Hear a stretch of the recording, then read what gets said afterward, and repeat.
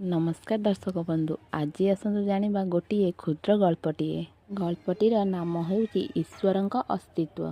सहरर उपकंठरे जणे सन्थ रहुथिले। गहली गाड़ी मटर भिड़ाभिड़ी ठारू ए स्थानटी थिला संपूर्ण मुक्त। मुख्य रास्तार दुई पार्श्वरे डेंगा डेंगा गछ आउ अल्प किछि कुड़िया घर। निज कुटीर को खूब परिष्कार आउ परिच्छन्न रखुथिले। चारिपटरे नाना प्रकारर फूल फल आउ पनीपरिबा गछ आकर्षणीय दिसुथिला। सन्थ निज संतान परी समस्त गछलतार सेवा जत्न नेउथिले। कुड़िया को आसुथिबा अतिथिंकु सन्थ निज बारीरु तोलिथिबा फल आउ पनीपरिबा बांटी दियंती। दिनर अन्य समय पूजा पाठ शास्त्र अध्ययन रे बीती जाउथिला। या समय रे आखपाखर लोक तांक पाखकु छुटी आसुथिले।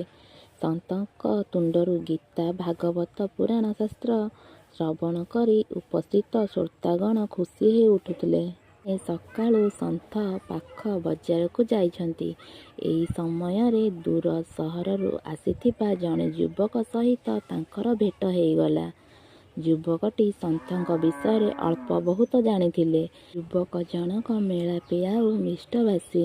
ମାତ୍ର ସ୍ୱଳ୍ପ ସମୟରେ ସନ୍ଥଙ୍କ ସହିତ ଖୁବ୍ ଭଲ ଭାବରେ ପରିଚିତ ହୋଇଗଲେ। ସନ୍ଥ ଯେତେବେଳେ ନିଜ କୁଟୀରକୁ ପ୍ରସ୍ଥାନ କଲେ, ଯୁବକ ବି ତାଙ୍କ ସହିତ ଧାଇଁ ଆସିଲେ। ପୂଜା ସମୟ ହେଉଥାଏ। ଯୁବକକୁ ପାଣି ଗିଲାସଟେ ଦେଇ ସେ ବସାଇବାର ଅନୁଗ୍ରହ କଲେ। ସନ୍ଥଙ୍କ ଅମାୟିକ ବ୍ୟବହାରରେ ଯୁବକଟି ପ୍ରସନ୍ନ ଦିଶୁଥାଏ। ଏହି ସମୟରେ ଯୁବକ ପ୍ରଶ୍ନ କଲେ, ଆଚ୍ଛା ମହାତ୍ମା, ସତରେ କ'ଣ ଆପଣ ଈଶ୍ୱରଙ୍କୁ ଦେଖିଛନ୍ତି? ପ୍ରଶ୍ନର ସନ୍ଥ ପୂରାପୂରି ନୀରବ ପଡ଼ିଗଲେ। ଯୁବକ ପୁଣି ପ୍ରଶ୍ନ କଲେ, ଆପଣ କ'ଣ ଆତ୍ମାକୁ ବିଶ୍ୱାସ କରନ୍ତି? ଏଥର ବି ସନ୍ଥ ନୀରବ।